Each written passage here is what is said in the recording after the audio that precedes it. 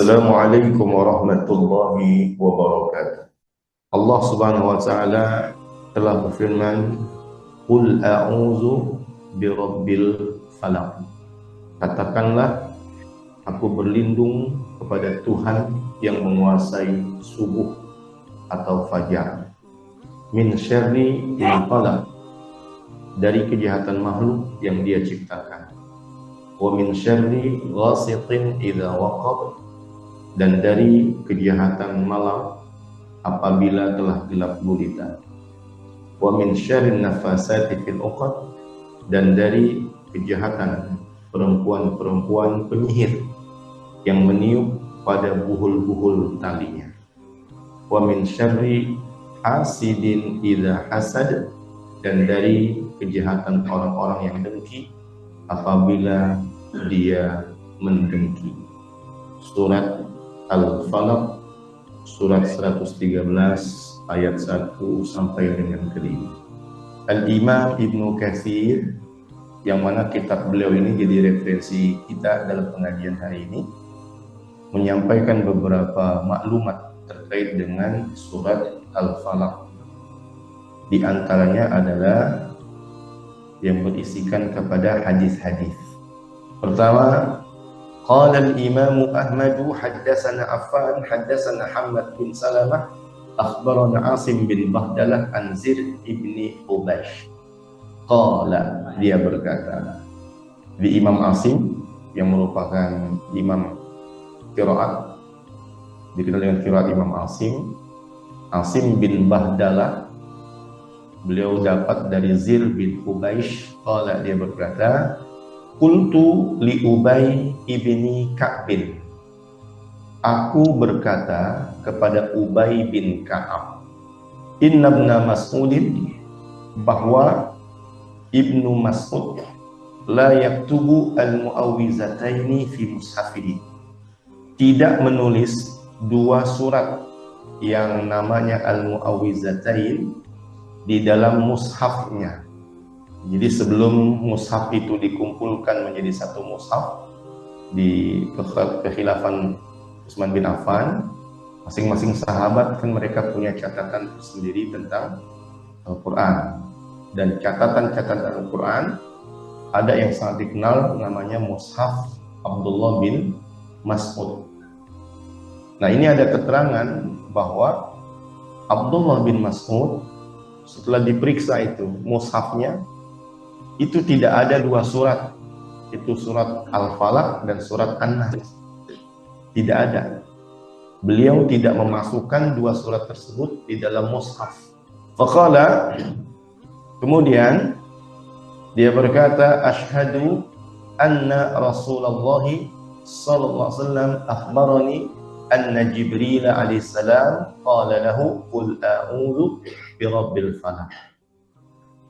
Jadi kata Ubay bin Ka'ab, aku bersaksi bahwa Rasulullah telah mengabarkan kepadaku bahwa Jibril alaihissalam berkata kepada beliau, qul a'udzu birabbil falaq, katakanlah hai Nabi, aku berlindung kepada Tuhan yang menguasai subuh. Faqultuha, maka aku pun mengatakannya.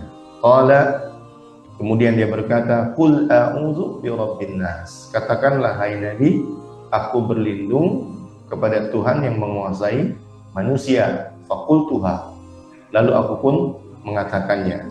Fanahnu naqulu maqalan Nabi, nah kita, kata beliau, kata Ubay bin Ka'ab, kita juga mengatakan apa yang dikatakan oleh Nabi sallallahu alaihi wasallam. Jadi di sini ada kontradiksi antara Ubay bin Ka'ab dengan Abdullah bin Mas'ud. Abdullah bin Mas'ud diceritakan dia tidak menulis dua surat itu di dalam mushafnya. Maka dicari keterangan dari Ubay bin Ka'ab. Nah, Ubay bin Ka'ab bilang, saya bersaksi bahwa Nabi mengabarkan kepada saya bahwa Jibril alaihissalam itu menyuruh Nabi untuk membaca dua surat itu, Al-Falaq dan An-Nas. Singkatnya, para ulama mencoba mencari. Lalu mereka mengatakan bahwa Abdullah bin Mas'ud ketika ada kabar beliau itu tidak menganggap 2 surat sebagai surat Al-Quran, itu tidak benar. Jadi keterangan yang dinisbatkan kepada Abdullah bin Mas'ud bahwa dia tidak memasukkan Qul a'udzu birabbil falaq dan Qul a'udzu birabbin nas sebagai surat Quran itu tidak benar. Ini jalan singkatnya, tidak benar riwayat yang dinisbatkan kepada Abdullah bin Mas'ud.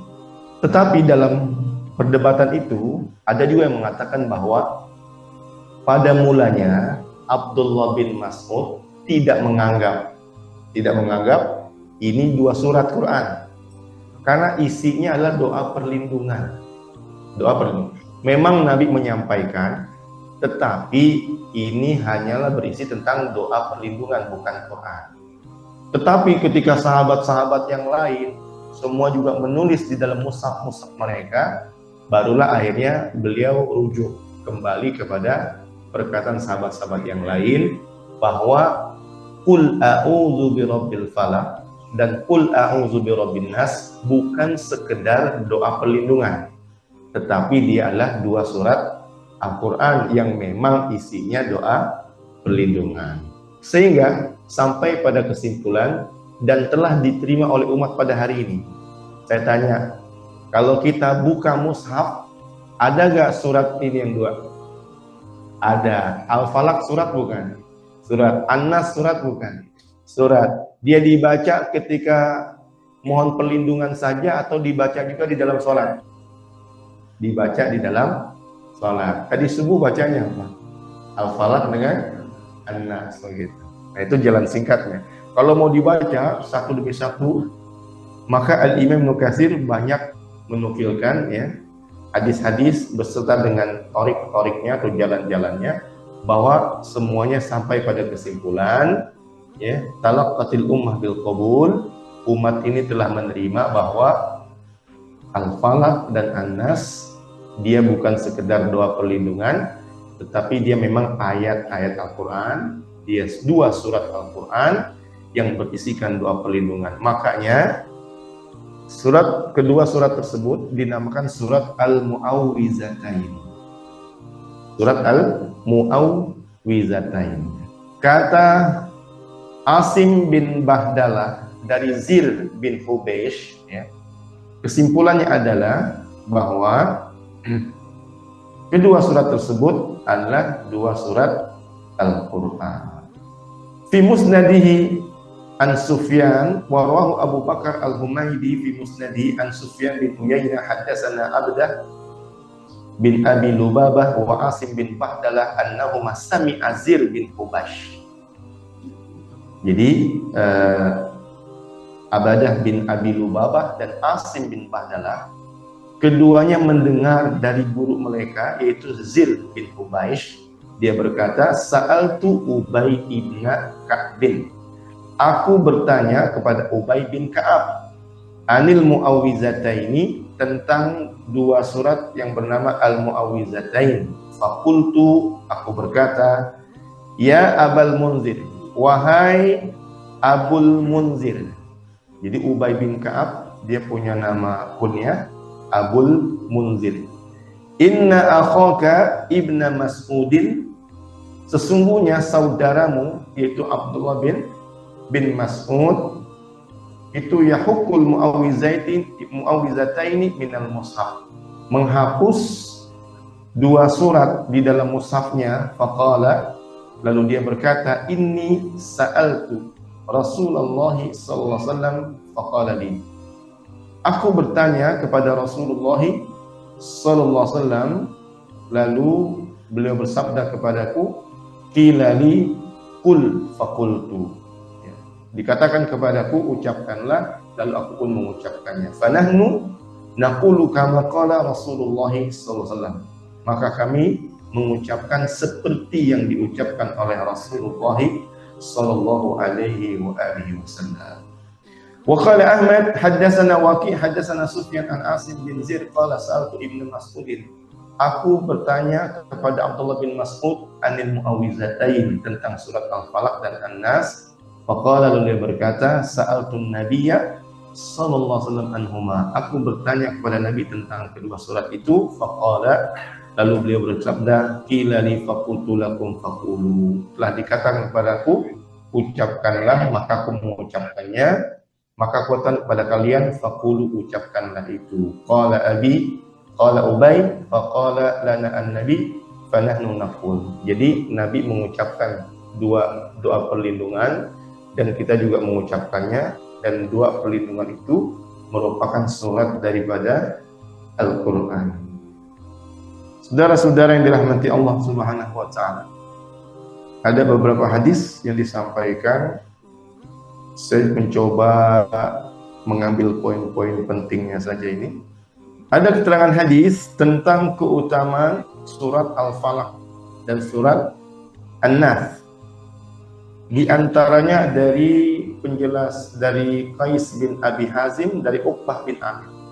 Dari Uqbah bin Amir, qala, dia berkata, qala Rasulullah sallallahu alaihi wasallam bersabda, alam tara ayat unzilat hazil lailah, tidakkah kamu melihat beberapa ayat yang diturunkan pada malam ini, lam yura misluhunna qat, tidak pernah diperlihatkan yang seperti itu sama sekali, yaitu qul a'udzu birabbil falaq, qul a'udzu birabbin nas. Nah, jadi di antara kelebihan daripada surat Al-Falaq dan surat An-Nas, itu tidak ada yang semisal itu di dalam kitab-kitab yang lain. Dalam kitab Injil, dalam kitab Taurat, dalam kitab Zabur, tidak ada yang seumpama daripada surat Al-Falaq dan surat An-Nas. Itu surat yang berisikan tentang doa perlindungan. Saudara-saudara yang dirahmati Allah Subhanahu wa taala, terkait dengan kedua surat ini, ada satu jalur periwayatan yang disampaikan juga oleh beliau tentang kedua surat ini dari Uqbah bin Amir. Jadi kata Uqbah bin Amir, baina ana aqudu bi Rasulillah sallallahu alaihi wasallam fi naqbin min tilkan niqab. Ketika aku menuntun kendaraan Rasulullah sallallahu alaihi wasallam di salah satu jalan yang ada di antara jalan-jalan di antara pegunungan. Di jalan-jalan yang ada di antara pegunungan disebut dengan naqbin, naqab. Nabi pernah berjalan itu menaiki kendaraan dituntun oleh Uqbah bin Amir. Saya pernah baca kendaraan itu baglah, hasil perkawinan silang antara kuda dengan keledai. Namanya baglah syahba. Baglah syahba itu bagol yang punya dua warna, warna hitam dan putih, tetapi warnanya lebih dominan salah satunya atau bercampur. Jadi warna apa? Kalau putih campur hitam, jadi kayak brown begitu ya. Dia bercampur warna. Itu baglah syahba yang dipakai oleh Rasulullah SAW. Jadi kata Uqbah bin Amir, aku pernah menuntun kendaraan Rasulullah SAW di salah satu jalan dari jalan-jalan yang ada di antara pegunungan. Idh qala li, ya, ketika Nabi bersabda kepadaku, ya Uqbah ala tarkab, Uqbah naik sini, kata Nabi. Jadi begitu santunnya Nabi, begitu respeknya Nabi kepada para sahabat. Nabi nggak merasa enak beliau naik kendaraan sementara sahabatnya jalan menuntun kendaraan. Ya, Nabi sangat sangat respect dengan para sahabatnya. Sehingga Nabi tawarkan kepada Uqbah bin Amir, Uqbah, ayo naik. Jangan cuma nuntun doang. Ya Uqbah, ala tarkab, sini naik, mau gak naik? Ayo naik, kata Nabi. Qala, dia berkata, fa ashfaqtu an takuna maksiatan. Aku takut kalau aku nolak, aku jatuhnya maksiat. Jatuhnya mah maksiat, disuruh naik kok nggak mau, takutnya durhaka nih, maksiat. Awalnya dalam beberapa keterangan yang lain, Uqbah nggak mau disuruh Nabi. Uqbah, ayo naik, nggak mau. Nabi ulang lagi, udah jalan lagi, Uqbah, ayo naik, masih nggak mau juga. Dan ketika Nabi mengulang-ulang permintaannya naik, maka Uqbah bilang, wah takut juga saya nolak terus disuruh Nabi, nanti jadi durhaka. Jadi ini bercampur antara adab dengan ketaatan. Adab dengan ketaatan. Jadi salah satu sisi atau sudut pandang, kita perlu beradab ya kepada guru kita. Gitu. Tapi di sisi yang lain, kita juga perlu ketaatan kepada guru kita. Gitu. Jadi disuruh naik karena adab nggak mau, enggak ya Rasul, enggak, saya nggak mau naik. Gitu. 2 kali masih pakai adab, nggak mau ya, saya nggak mau naik. 3 kali takut, loh ini disuruh sama Nabi kok nggak mau. Ini banyak sahabat seperti itu, dan kita mesti cerdas dalam mempermainkan ini antara adab dengan ketaatan. Masalah mimbar, adabnya Abu Bakar itu kalau khutbah itu kan mimbar Nabi ada 3 anak tangga, ya kan? Nabi kalau khutbah kan di tangga ketiga itu. Abu Bakar merasa segan, masa saya berdiri di atas tangga di mana Nabi berdiri. Maka Abu Bakar itu dengan adabnya turun sedikit, yaitu di anak tangga yang kedua. Merasa nggak enak saya ini. Tapi nggak bilang-bilang sama orang.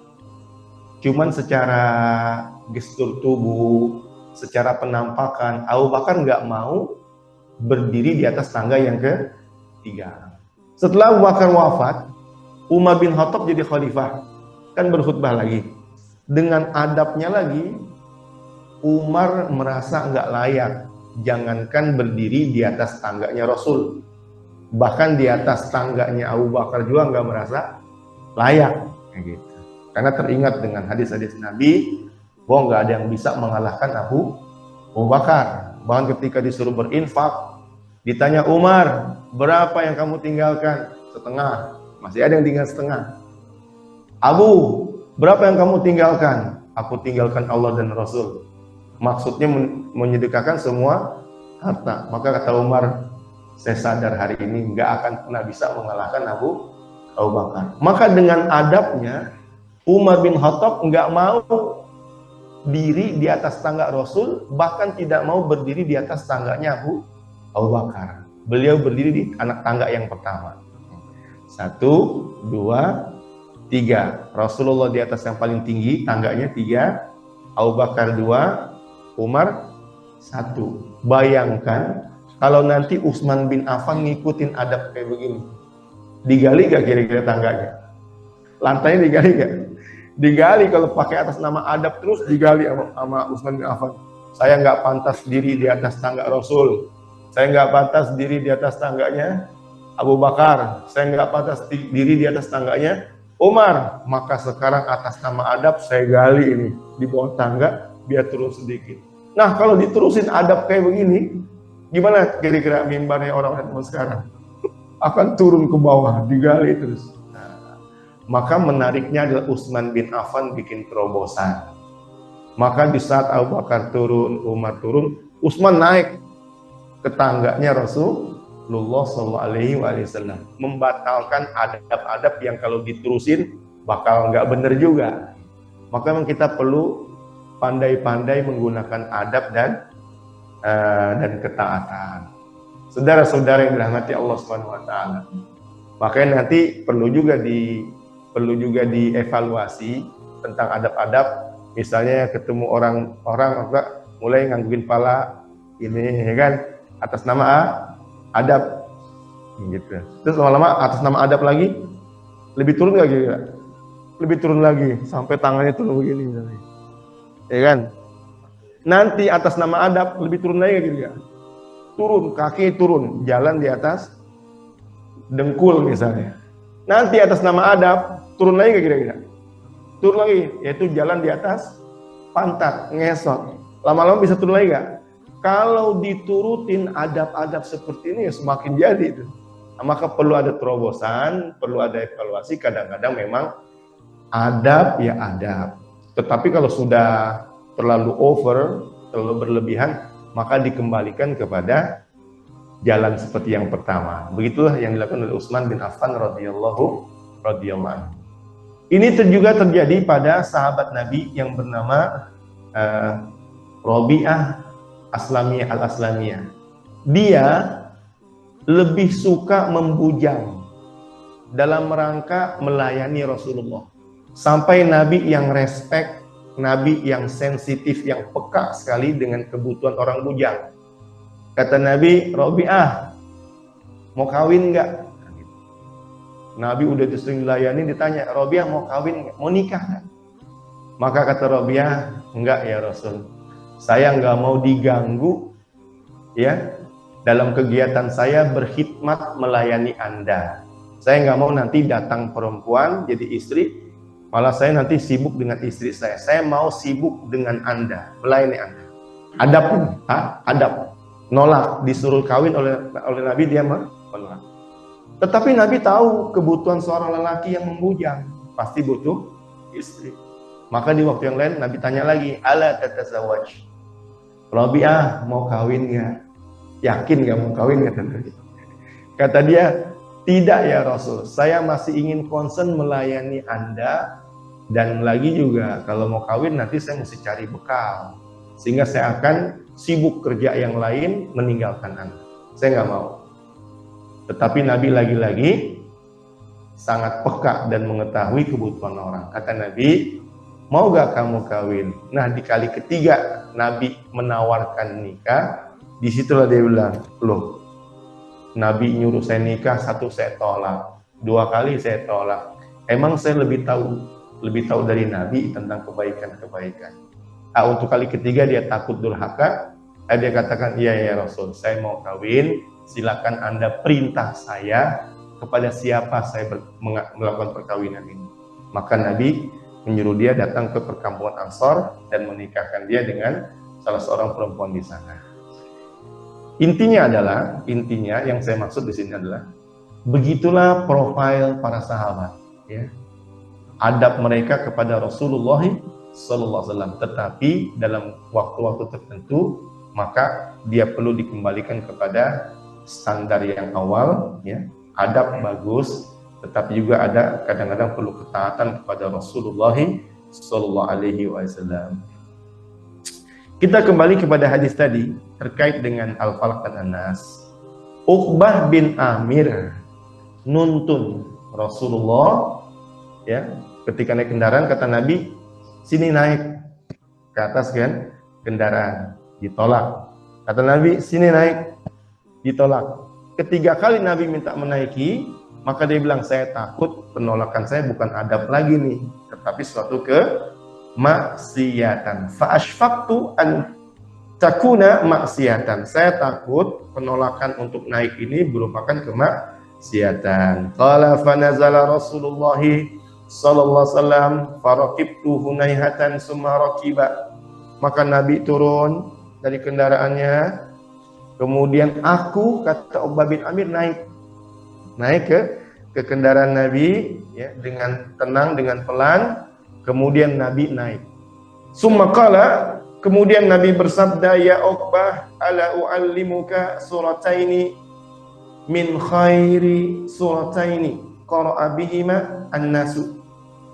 Wahai Uqbah, mau gak aku ajarkan kepada kamu dua surat yang merupakan surat terbaik yang dibaca oleh orang-orang.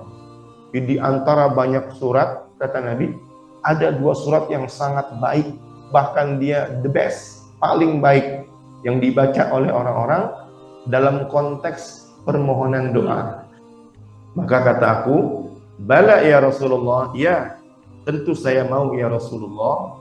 Kata beliau, fa aqra'ani qul a'udzu birabbil falaq. Lalu Nabi membacakan surat Al-Falaq dan membacakan surat An-Nas.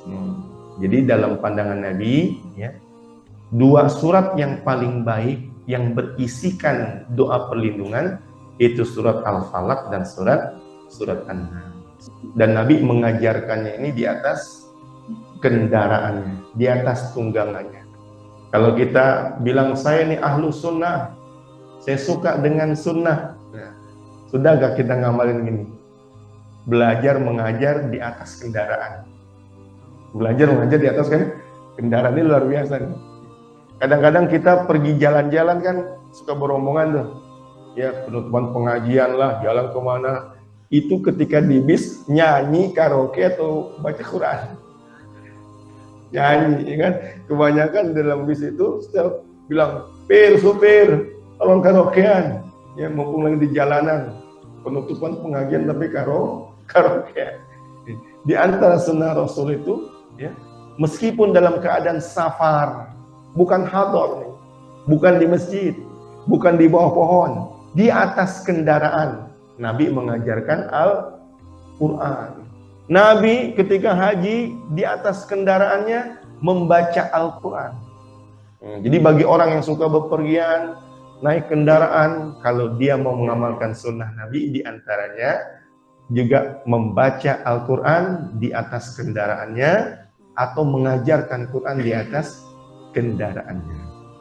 Bahkan yang paling banyak ditinggalkan lagi, sholat di atas kendaraan. Sebagian orang Islam itu merasa kalau udah naik kendaraan ya udahlah sholat nanti aja lah, meskipun waktunya dilewat nanti dikodok aja gitu.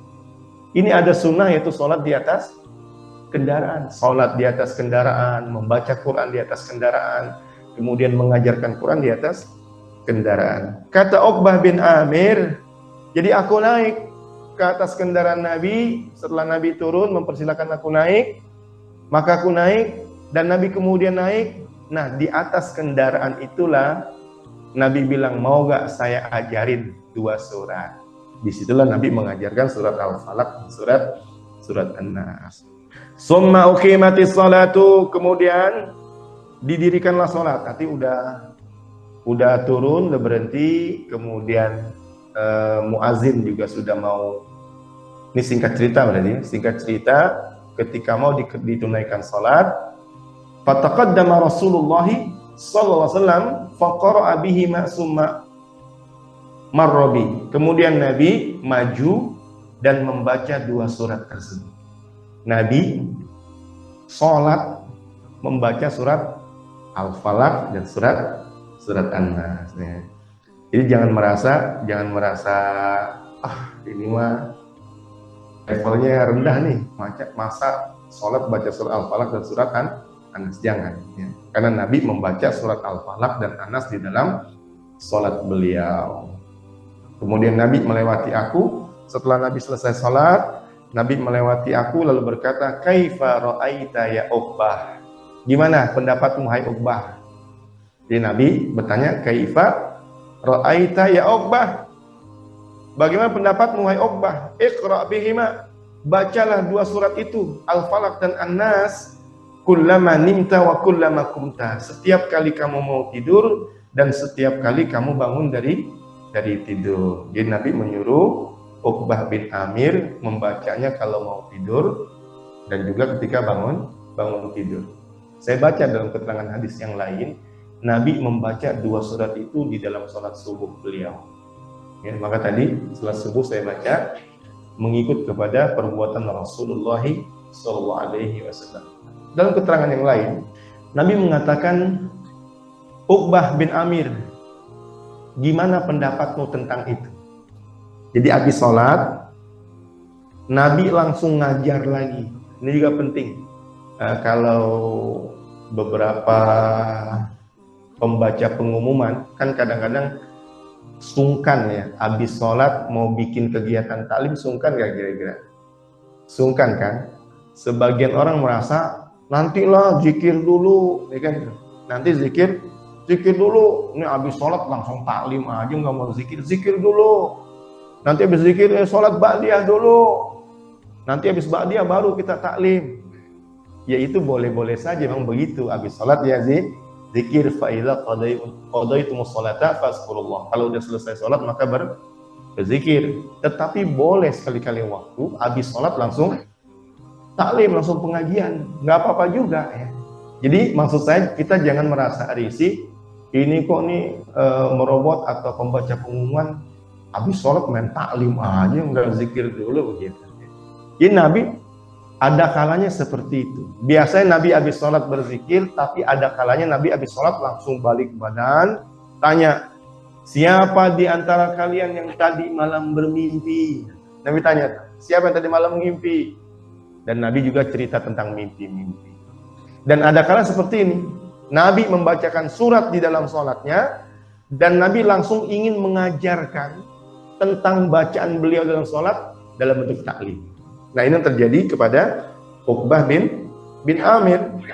Setelah Nabi membaca surat Al-Falaq dalam sholat subuhnya, dan membaca surat An-Nas dalam sholat subuhnya, Nabi langsung menggelar taklim. Ditanya, kaifa ra'aita ya Uqbah? Uqbah, gimana pendapatmu tentang bacaan tadi? Al-Falaq dan An-Nas. Ya. Kata Nabi, mungkin ya atau barangkali ya, kamu merasa tahawanta, merasa enggak terlalu senang. Karena Nabi ngelihat ketika ditanya, kaifa ra'aita ya Uqbah ibn Amir? Gimana pendapatmu Uqbah? Kata Uqbah, ya biasa-biasa aja. Jadi nggak kelihatan ekspresi bahagia, senang. Seperti misalnya Nabi mengajarkan surat Hud, mengajarkan surat Yusuf, mengajarkan surat Yunus.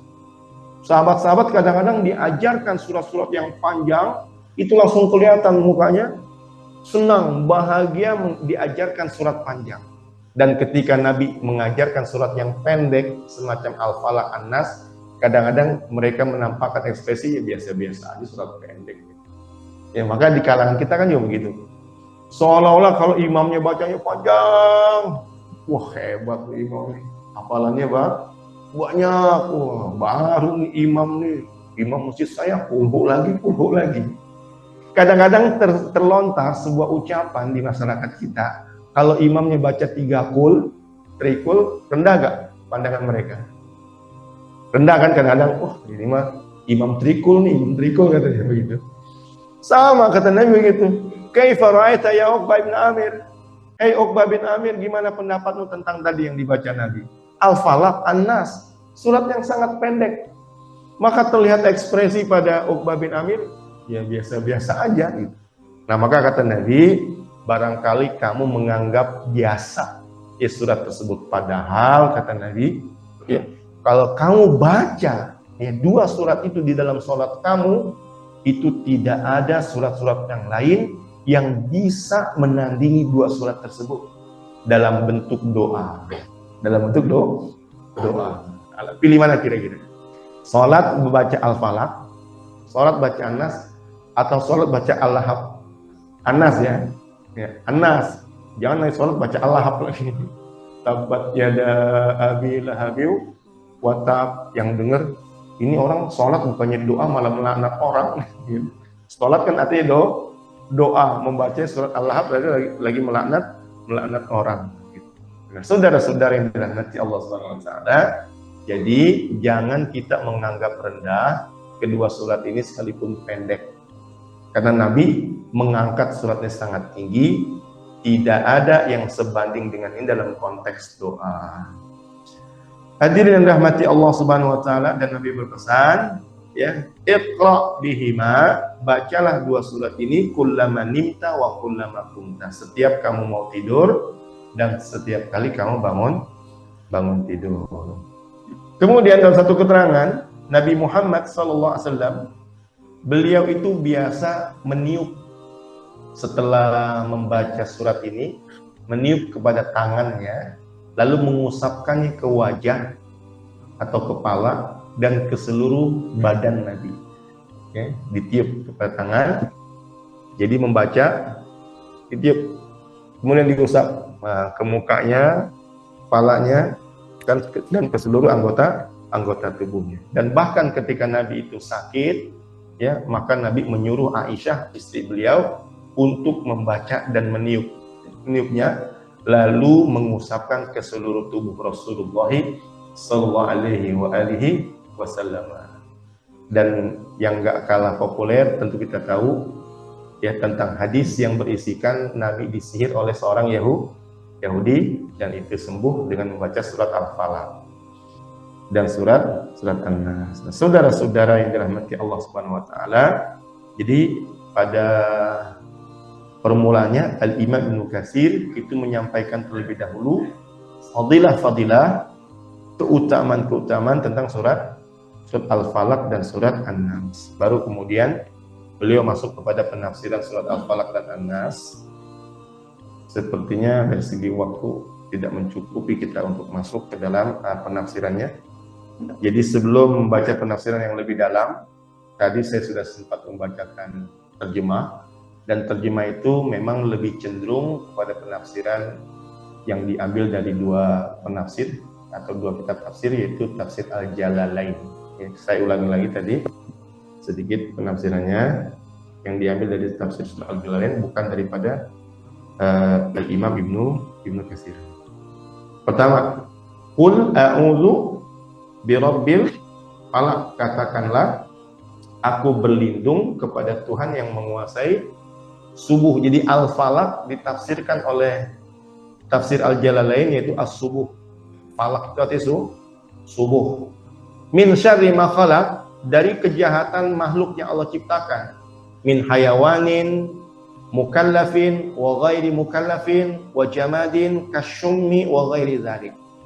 Semua yang Allah ciptakan, apakah itu binatang, apakah dia manusia, apakah dia itu benda mati, ya semacam racun. Jadi perkara-perkara yang ada yang bisa mendatangkan keburukan itu dimintakan perlindungan oleh Rasulullah SAW. Wa min syarri ghasikin idza waqab, dan dari keburukan malam apabila dia telah gelap gulita, ay al-lail. Jadi ghasik itu tafsirnya adalah al-lail, malam. Iza azlamal qamar idza ghaba.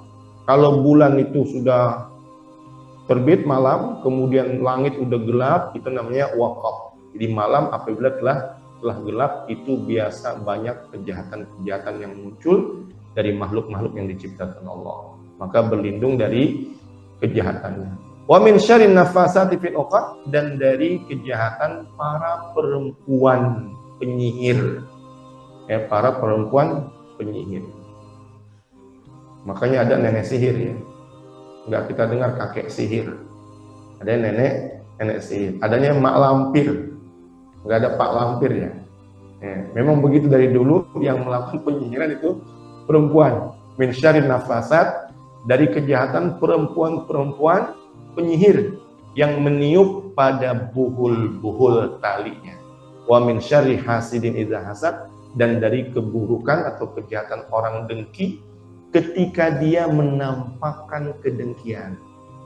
Jadi dengki itu kalau masih tersimpan dalam hati, ya, itu bisa sampai lewat pandangan mata. Tetapi yang dimintakan perlindungan di sini adalah kedengkian yang apabila dia telah meniup pada buhul-buhul, telah melakukan dalam bentuk perbuatan-perbuatan. Min syarri hasidin idza hasad, itu dari keburukan orang dengki ketika dia mulai melakukan perbuatan-perbuatan yang mengekspresikan kedengkiannya. Demikian wallahu taala alam bissawab. Semoga Allah Subhanahu wa taala lebih memahamkan kita kepada ayat-ayat dan surat-surat yang Dia turunkan sehingga kita mendapatkan pencerahan. Amin amin ya rabbal alamin. Wallahu taala a'lam bissawab.